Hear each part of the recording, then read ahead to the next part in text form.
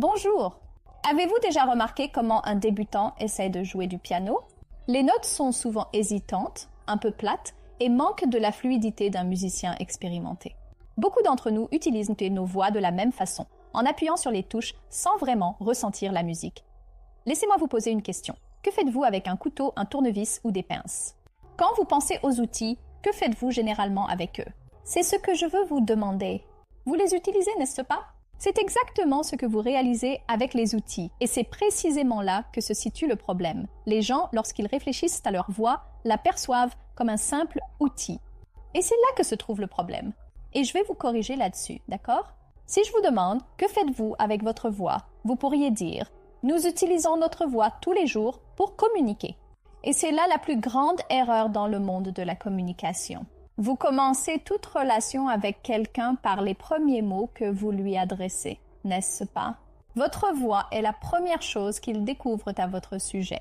C'est absolument crucial. C'est la toute première découverte. Vos manières viennent par la suite. D'abord, il y a votre voix, n'est-ce pas? Vous comprenez l'importance de votre voix, n'est-ce pas? Ce que vous faites mal, c'est que vous utilisez votre voix comme un outil. Vous l'utilisez simplement. Et je vais vous dire ce qu'il ne faut pas faire et ce qu'il faut remplacer, ce que vous devriez commencer à faire avec votre voix. Permettez-moi de vous poser une autre question avant que nous n'y arrivions. Avec une guitare, qu'en faites-vous? Utilisez-vous une guitare ou jouez-vous de la guitare? Que faites-vous avec la guitare? Que faites-vous avec le piano? Utilisez-vous le piano ou jouez-vous du piano? Vous jouez du piano, n'est-ce pas? C'est précisément là où je souhaite en venir. Le mot essentiel que les gens confondent lorsqu'ils communiquent est qu'au lieu de jouer avec leur voix, ils l'emploient comme un simple outil. Vous n'avez pas à l'employer comme un outil. Vous devez la jouer comme un véritable instrument. Votre voix est un instrument. Et ne vous inquiétez pas, j'ai une explication complète à ce sujet. Vous allez apprendre à travers cette vidéo comment utiliser exactement votre voix. Comment créer l'impact qui vous a manqué dans votre vie. Et je vous dis qu'avec juste un peu d'effort ici et là, vous pouvez réellement doubler, tripler, quadrupler l'impact que vous pouvez créer avec votre voix. Ce n'est pas seulement une question de dire les mots. C'est la façon dont vous les dites qui compte. C'est ce qui importe ici. Votre voix n'est pas juste un outil. Je pense que c'est clair. C'est un instrument. Et si vous traversez cette vie en utilisant simplement votre instrument, vous ne vous laissez pas prendre aussi au sérieux que vous le pourriez. Laissez-moi vous montrer un extrait de quelqu'un qui utilise le piano, quelqu'un qui est débutant.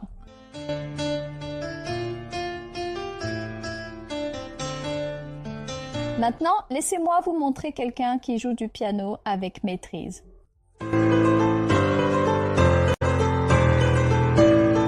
Voyez-vous pas que la distinction est véritablement évidente entre ce qui pourrait potentiellement se produire et ce qui se déroule réellement?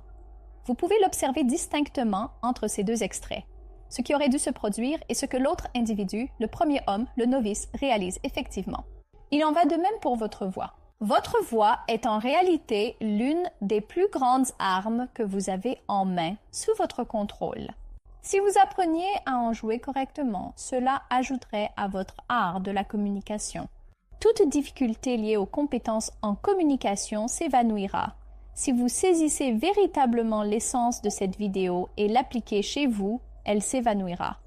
Tous vos problèmes concernant vos compétences en calme sont sur le point de s'évanouir si vous visionnez cette vidéo et mettez en pratique ce que je m'efforce de vous enseigner ici et maintenant.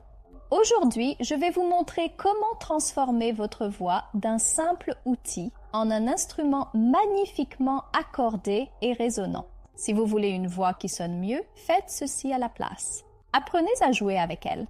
Aujourd'hui, nous allons explorer ce que signifie véritablement posséder une voix de qualité supérieure et ce qu'elle fait ressentir aux autres. Il existe 6 caractéristiques essentielles qui définissent une voix de qualité. Analysons-les ensemble. Après cela, nous allons parler de 5 choses importantes dont vous devez vous occuper lorsque vous parlez avec quelqu'un. Lorsque vous cherchez sur Google des personnes célèbres avec de belles voix, Morgan Freeman est en tête de liste. En tant qu'apprenant de l'anglais, je vous encourage à regarder quelques-unes de ses vidéos et à essayer de voir par vous-même ce qu'il fait différemment.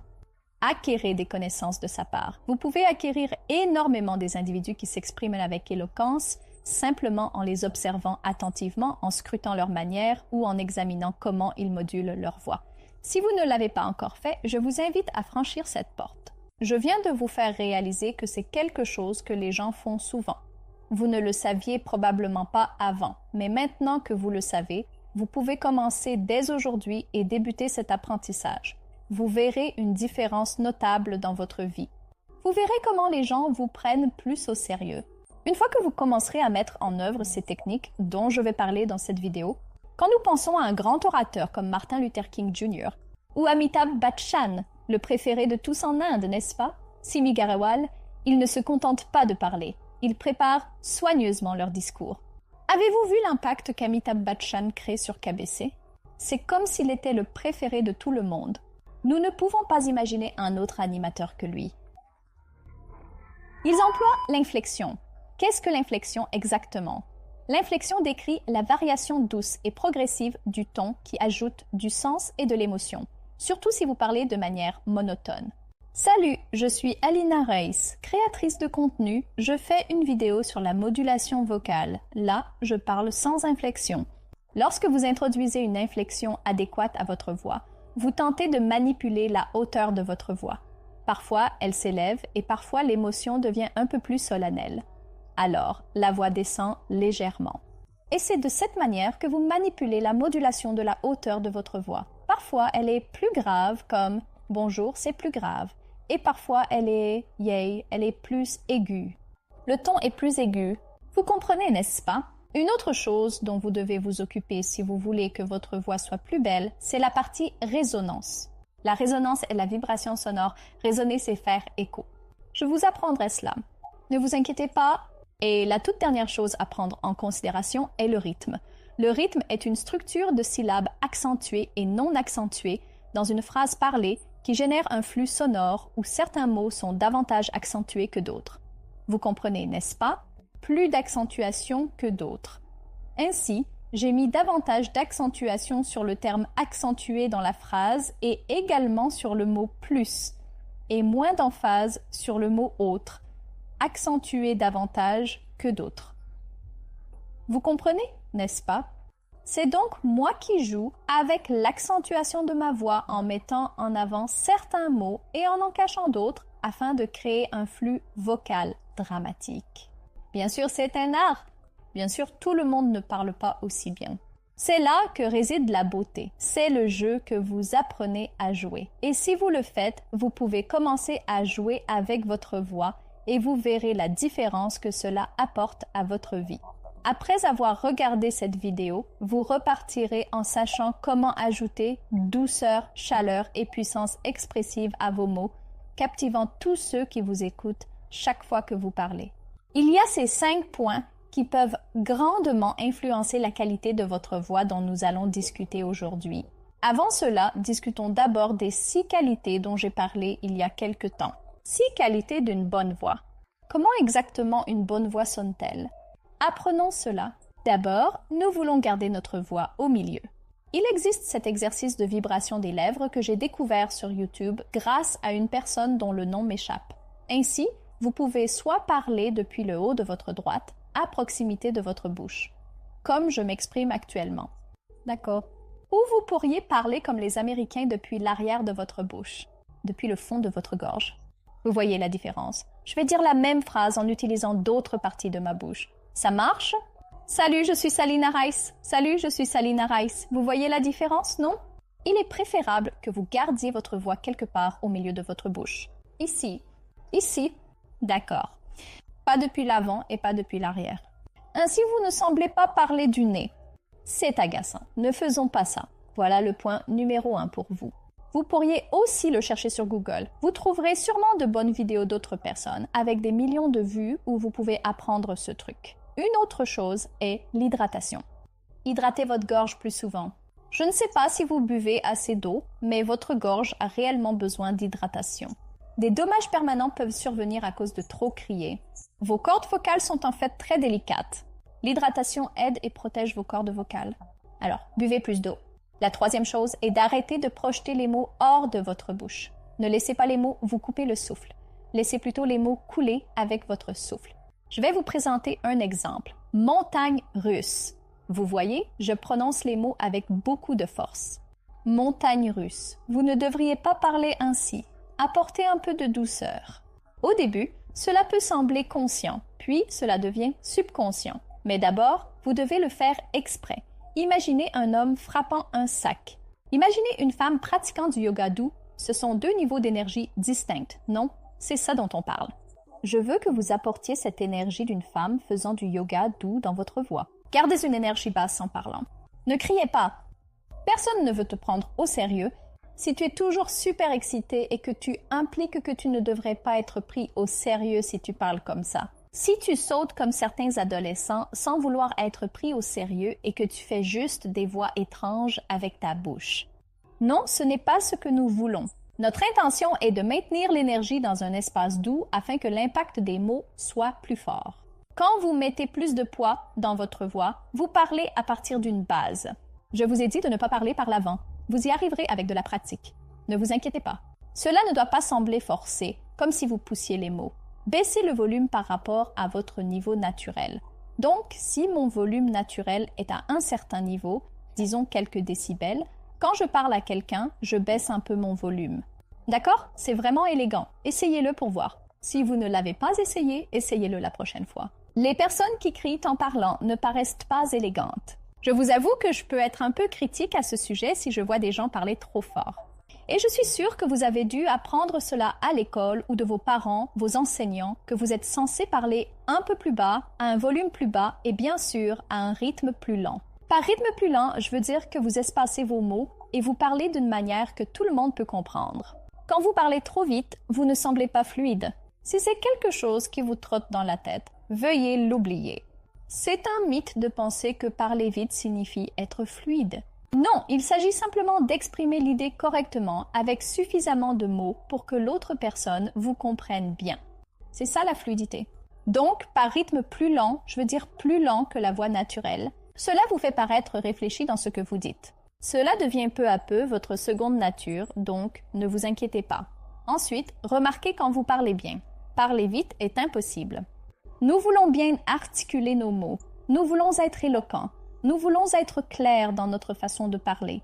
Et cela n'est possible que si vous insistez suffisamment sur tous vos mots. Si vous accordez suffisamment d'importance à vos mots, les prononciations sont correctes, comme elles devraient l'être. La prochaine chose à surveiller est votre posture. Mauvaise posture. Si vous avez l'habitude de vous affaler, alors c'est une mauvaise posture. Et une mauvaise posture restreint votre flux d'air. Déjà ressenti ça? Comme je vous dis, prenez une bouteille d'eau et commencez à boire avec une mauvaise posture. Quand vous êtes. Lorsque vous vous affalez, commencez simplement à boire de l'eau, d'accord? Et vous sentirez que l'eau s'arrête quelque part ici. Vous ne pouvez pas l'avaler jusqu'au moment où vous corrigez votre posture et l'eau semble alors couler facilement. Ça arrive, essayez. Prenez une bouteille d'eau et faites-le.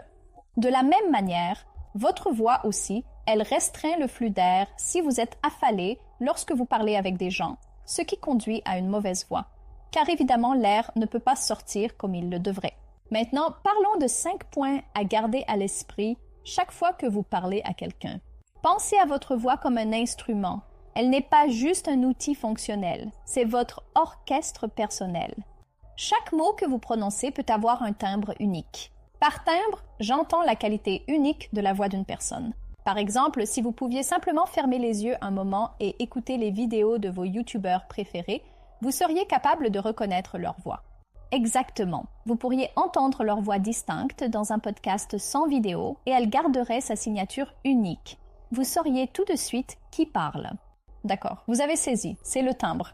La façon dont je sonne est le timbre de ma voix. Donc, au lieu d'être monotone, ajoutez votre propre cadence.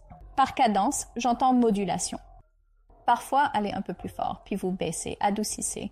Parfois, vous êtes rapide, puis parfois vous êtes lent. Donc, vous jouez avec votre voix. Cela devrait être dramatique. Cela ne devrait pas être monotone. Cela devrait avoir plus de nuances. L'intensité, la douceur, la rapidité, la lenteur, tout cela. Expérimentez et découvrez par vous-même quel ton ou quelle hauteur vous convient le mieux. La prochaine chose à prendre en compte est d'embrasser les nuances et le contraste. Un bon orateur crée des nuances avec des pauses stratégiques, souligne des mots-clés, chuchote parfois pour montrer sa vulnérabilité. Un ton ferme peut montrer confiance. Parler doucement peut captiver les auditeurs. les incitant à écouter attentivement. En augmentant légèrement le volume sonore, vous avez la possibilité de souligner la passion ou l'importance de vos propos. Par pause stratégique, je veux dire qu'au lieu d'utiliser des mots de remplissage tels que « vous savez »,« comme »,« vous savez, j'apprécie vraiment cela, vous savez, je suis allé à Mumbai le mois dernier et vous savez, ce qui s'est passé était incroyable ». Plutôt que de répéter souvent « tu sais » et « comme », pourquoi ne pas simplement marquer une pause momentanée? Cela confère davantage de poids à votre voix. Cela confère une importance accrue à vos mots.